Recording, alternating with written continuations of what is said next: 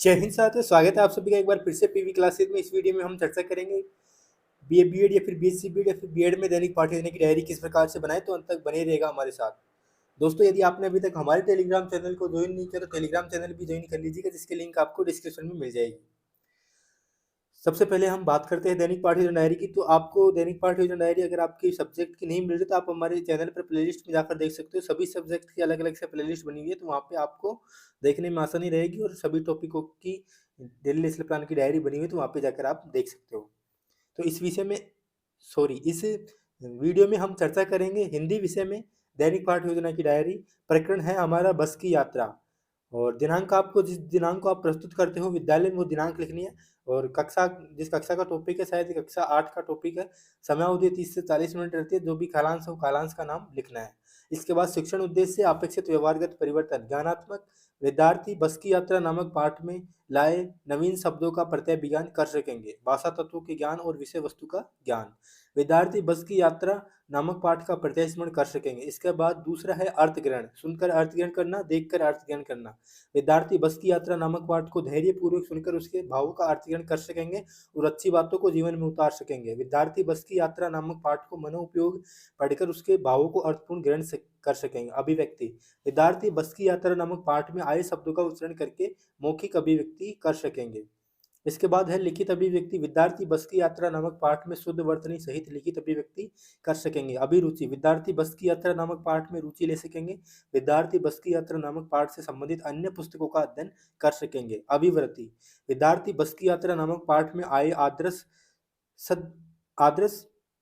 वृत्तियों का भावी जीवन में विकास कर सकेंगे। इसके बाद विधि प्रविधि होती है। विधि प्रविधि वाचन विधि होती है, प्रश्नोत्तर विधि होती है और निरीक्षण विधि होती है।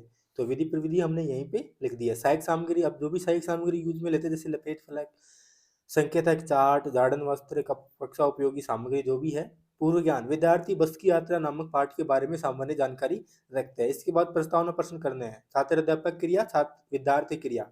हम किस महाद्वीप में रहते हैं? एशिया महाद्वीप में। एशिया महाद्वीप किस देश में है? भारत में। भारत की राजधानी क्या है? दिल्ली। हम लोग दिल्ली जाएंगे तो कैसे जाएंगे? बस या ट्रेन से?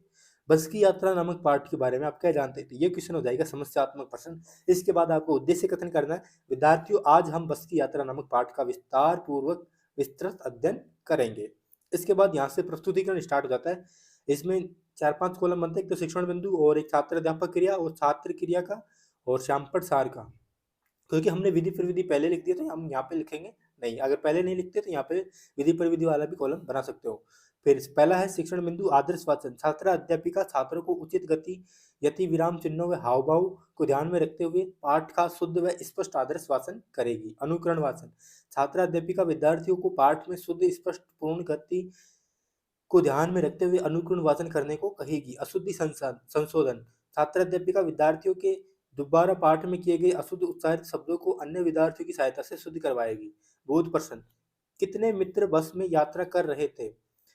किसे देखकर लेखक के मन में श्रद्धा उमड़ पड़ी? लेखक को बस किस योग्य लगी? लेखक व उसके साथी कहाँ जा रहे थे? अब यहाँ पे विद्यार्थी क्रिया रहेगी। विद्यार्थी ध्यानपूर्वक सुनेंगे पहले तो, जब पाठ पढ़ाएंगे तब। फिर विद्यार्थी निर्देशानुसार अनुकरण वाचन करेंगे। फिर विद्यार्थी शुद्ध रूप अपनी अभ्यास पुस्तिका में लिखेंगे। फिर जो भी आप क्वेश्चन करोगे उनके विद्यार्थी आंसर देंगे। और यहाँ पे आपको श्यामपट सार है ना, इसमें श्यामपट चिपकाना है। और श्यामपट पर जो भी मुख्य बिंदु जैसे अशुद्ध वर्तनी है वगैरह वगैरह, जो भी पाठ के मुख्य बिंदु है उनको श्यामपट चिपका के और श्यामपट के ऊपर लिखना होगा। इसके बाद कठिन निवारण। शब्द है और अर्थ है। गोता, डुबकी लगाना, इत्तेफाक, संयोग, बेताली, बेचैनी। तो इन सब के शब्दों के अर्थ क्या हैं वो यहाँ पे आपको लिखने हैं। मौन वाचन, निरीक्षण करना। छात्रा अध्यापिका विद्यार्थियों को मौन वाचन करने का निर्देश देगी और स्वयं कक्षा में छात्रों का निरीक्षण करेगी। पाठ का स्पष्टीकरण। छात्रा अध्यापिका पाठ में आए हुए मुख्य बिंदुओं का स्पष्टीकरण करेगी। विचार विश्लेषण। विचार विश्लेषणात्मक प्रश्न। लोगों ने लेखक व उसके दोस्तों को क्या सलाह दी? बस कंपनी के हिस्सेदार से लेखक ने क्या पूछा? गजब हो गया, ऐसी बस अपने आप चलती है, यह कथन किसका है? अब यहाँ पे फिर से विद्यार्थी कठिन शब्दों का अर्थ अपनी उत्तर पुस्तिका में लिखेंगे। विद्यार्थी निर्देशानुसार मौन वाचन करेंगे। विद्यार्थी मुख्य बिंदु को अपनी उत्तर पुस्तिका में लिखेंगे। शाम वाली बस के सफ़र नहीं करते या बस चलती भी है लेखक का, तो इस तरह से ये क्वेश्चनों के आंसर भी हो जाएंगे। इसके बाद आपको मूल्यांकन प्रश्न करने हैं। सबसे पहले वस्तुनिष्ठ प्रश्न करना है। लेखक व उसके मित्रों को पन्ना जाने के लिए किस साधन का प्रयोग किया गया? इसमें 4 ऑप्शन दिए, बस, रेल, ट्रक, बैलगाड़ी, तो इसमें सही हो जाएगा बस। दूसरा क्वेश्चन है, लोग बस में यात्रा क्यों नहीं करना चाहते? बस खराब थी, बस डरावनी थी, बस को कष्ट होगा, बस टूटी-फूटी थी। इसके बाद अति लघुतरात्मक प्रश्न, क्षीण चांदनी में वृक्षों की छाया के नीचे वह बस बड़ी खालिस्तान लग रही थी, डरावनी या दयनीय? दूसरा क्वेश्चन है, बस सदियों के अनुभव के निशान लिए हुए थे, ये सत्य है या असत्य है? लघुतरात्मक क्वेश्चन, लेखक रास्ते में आने वाले पेड़ों को दुश्मन क्यों समझ रहा था? इसके बाद एक क्वेश्चन आपको गृह कार्य के लिए देना है, बस की यात्रा पाठ का सारांश लिखकर लाना है। तो इस तरह से एक हिंदी विषय में डेली लेसन प्लान कंप्लीट होता है। आगे हम दूसरे लेसन प्लान भी चर्चा करेंगे, तो आप प्लेलिस्ट में जाकर देख सकते हो। प्लेलिस्ट में आपको सारे लेसन प्लान मिल जाएंगे। जय हिंद, धन्यवाद।